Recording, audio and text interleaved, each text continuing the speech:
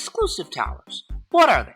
Well, for starters, they are all in this bottom exclusive area where you can find all the exclusive towers at. And they are towers that are awarded for beating events or completing challenges from those events. But despite being special towers, they are rarely ever used. And if they are used for a considered amount of time, then the devs just nerf them. So people who get these towers really just have a trophy more than an actual tower because it's mostly useless. But in recent times, some towers have been pretty good in terms of DPS. And if you make a loadout of just exclusive towers, how far can they get against all modes? Can they beat easy, casual, intermediate, fallen, or molten? That's the question I'm going to answer in this video. But before we get into that, please like, subscribe, and comment down below.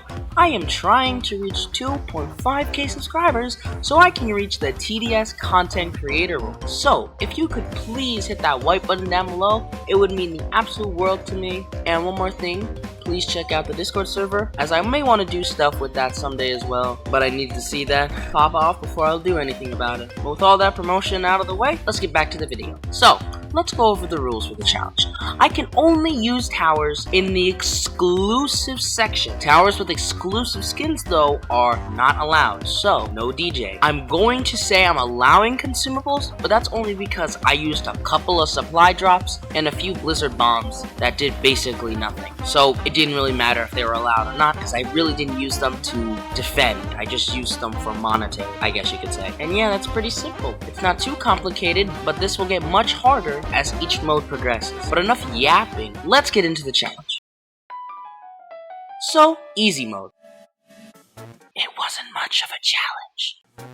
Yeah, I don't know what you expected for this. I used commandos, elementalists, and a bunch of other early good towers to absolutely destroy easy mode's enemies. And when I got to the gravedigger with like a couple of level 3 commandos, I completely wiped the floor with him. He absolutely got shredded and didn't stand a chance. So yeah, that's basically it. Nothing else to talk about. There's a footnote in this challenge. Let's move on to casual.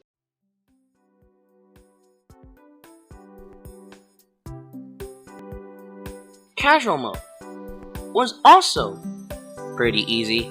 I beat it in one try. Like I said in this video, casual mode is just easy mode with some intermediate enemies and a weaker patient 0. But I decided to mix it up a little bit, so I got the archer tower to deal with the swarms because it pierces with its arrows. Then I got a max commando and an elementalist. And then I took out patient knockoff, albeit not as well as I wanted to, but he still stayed in range of my main DPS and died pretty quickly. But let's head to intermediate mode, where the real challenges begin. So, intermediate mode is the mode that started to give me some challenges. So for starters, this is the loadout I used for my first match. The problem is that I was using an archer as a starter tower, which was totally fine initially until the ghoul came out, when the archer started to underperform against it as it had a slow fire rate and not much damage. But to counteract this, I got a sledger and a cryomancer, and it slowed it down enough to just barely kill. And then after that, I got some more defensive towers, commandos, elementalists, upgraded my archers, my cryomancer, and then soon enough, most of the enemies were pretty easy to deal with. The only problem though was the enemies with the tank modifier, as I didn't have a lot of DPS and just had a bunch of single high damage towers. But we still managed to deal with them. And other than those enemies, a few of the big enemies got through, but I was able to snipe them on their way around, and I was able to get to wave 30, where I had to face the real patient 0 with 100,000 HP. And when I got to this wave, I realized this map is ass. Yeah, I knew I was gonna lose, and I still let it play out, just to see how well they would do. And with this terrible range utilization, the tower still did an impressive 70,000 damage. So I immediately knew if I just picked a better map and utilized the commandos range much better than I did with this map, I could easily win. So I switched to U-turn because it's a much more dense and compact map, and I can utilize commandos range much better than Sky Islands. So I try again and fail. Then I tried for a third time, and after a really close call, I managed to beat it. This is good and bad. It's good because I was able to beat the mode, and I'm now able to move on, but the bad news is that he got really close a little too close for comfort there, and I was afraid I might have actually lost, but I didn't. But he only had 100,000 HP, and if I want to try to beat Molten mode, I needed towers that can deal with the new Molten Warlord's HP of 150,000. And he can also stun my towers more than just Patient Zero's stomp. So there's a lot of things stacked against me, but I have to try it anyway. So, Molten is normally the second easiest mode of the game, until a month ago when they got reworked into be the second hardest mode in the game. I have to try and get through Molten so I can try to beat the Molten Warlord, because I almost lost to an enemy with just 100,000 HP. So how can I beat someone with 150,000 HP? I don't know, but I had to try. So I got this loadout and headed to a match. And starting out, I was really struggling in the early game, and I was constantly leaking enemies. So when a Molten Golem came out, I called it quits. Cause if I was struggling with a 200 HP and that normal boss, I am not beating a 2000 HP Molten Golem. I just cut my losses and left and looked for something better. So I swapped out the Gladiator for the Jester, and he did much better than the Gladiators. Mostly because this map is terrible for Gladiators, but whatever. Then I got an Executioner and some Elementalists down to deal with the Swarms, and upgraded the Elementalist so he could deal with the Molten Golem, and they succeeded. So to get some more DPS, I got down a Commando, and I thought everything was going to be smooth sailing, until two Molten Dogs and a hidden boss squeezed through and killed me. Then I don't know what the heck I was thinking, because then I switched to an Archer and switched up maps completely because I thought it'd be better for that, but it was not at all, and I did terrible. So I'm gonna push that to the side and forget that ever happened. Also, you may have noticed I had Snowballer in a few of these loadouts, and that's because I actually never used it yet until now when I was making this video. And when I tried it out in the game, I realized it was garbage and never touched it again. So after that, I was done with losing, because this was getting already annoying and I wanted to see some progress. So I locked in and did a bunch of test runs off camera, and I didn't record them because I didn't want 50 clips of me getting to the exact same spot with just different loadouts. So it was basically just trial and error, and I have nothing to really commentate on that. So it's just wasted footage I have there for no reason that takes up space. But after all that, I got this one game that I think I couldn't do any better. So I started out with heavy Gladiator investment for the early game because it does amazingly against early enemies, and the only enemies that really leaked were the bosses. But I didn't mind, as they were kind of fast and kind of got out of his range pretty quickly.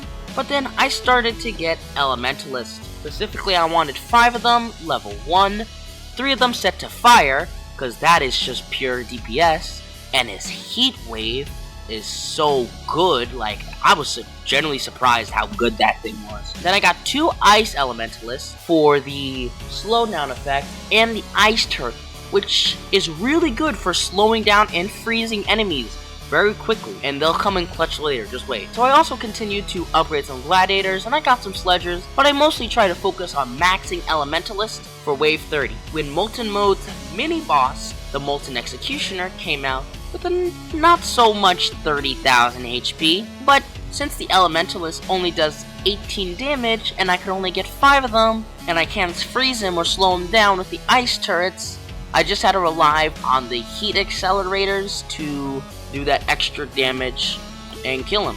But we didn't shred him as quickly as I thought we would have, and he also got pretty far, but we did manage to kill him. But now I had a huge problem. I had to pray that 8 commandos could somehow boost us enough to do 150,000 damage. Yeah, you can probably already tell how this ends. So me, trying to get 8 max commandos from wave 30 to 35 was kinda stressful, as the Molten Summoners kept spawning these elite Moltens, which were really distracting my towers and letting some of the higher health enemies through.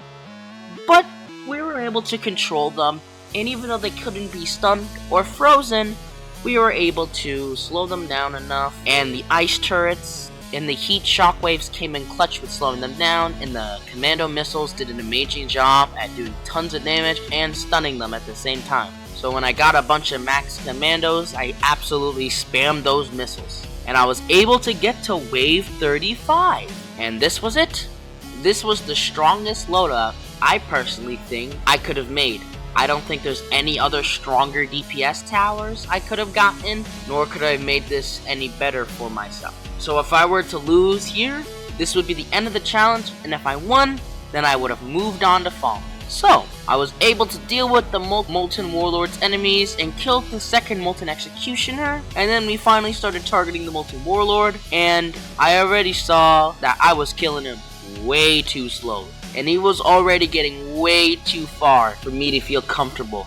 And then when we finally reduced him to half health, he was already at the crossroad, and he did his giant scream attack which stunned basically everything. So I tried in vain to sell and replace my towers to the end, and they could only get him down to 63,000 HP before he killed me. Seeing this fail made me realize that I couldn't beat it. This was the strongest loadout I had. I couldn't get necromancers because they would be too expensive for the amount of DPS they could provide, and that you can only get 3 of them, so it wouldn't be worth it at all. And you could say, oh, the Molten Executioner. It only does 3,000 damage if you ram into it, and does like 100 with this axe. It's like very rare. You'll get like 1 or 2 maximum if you do them all at once. Sometimes you don't even get it. So it's not like you're guaranteed to get it, and with that non-guarantee and how expensive it is, it's not worth it at all. So I knew if I couldn't beat Molten mode, then I knew Fallen mode was just out of the question. It's like 20 times harder than Molten, so I just called it quits and ended it there. And yeah, that's where we're going to be wrapping up this video.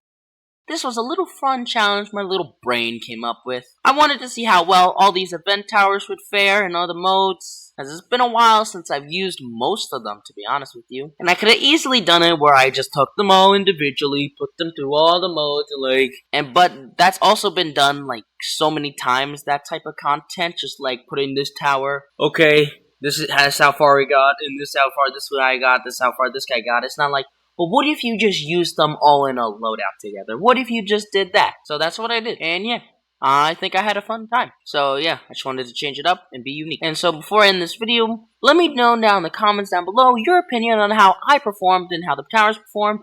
If there's some secret strategy I didn't know about. If some people out there know, like, oh, you can solo Fallen mode with just like Necromancer. You're just playing on the wrong map, putting it in the wrong position. If you do this and this and this, you could solo all modes with just the Elementalist. Whatever, just let me know. I need that engagement. But other than that, please like, subscribe, and join the Discord, as I would like to get to 2.5k subs to get the TDS content creator role. And if I do get it, and if I get it, I want to try to collaborate with my much more popular counterpart. But enough of my yapping. If you got this far, I really appreciate it. Hope you have a good day, night, week, month, year, and I'll see you in another one. Bye!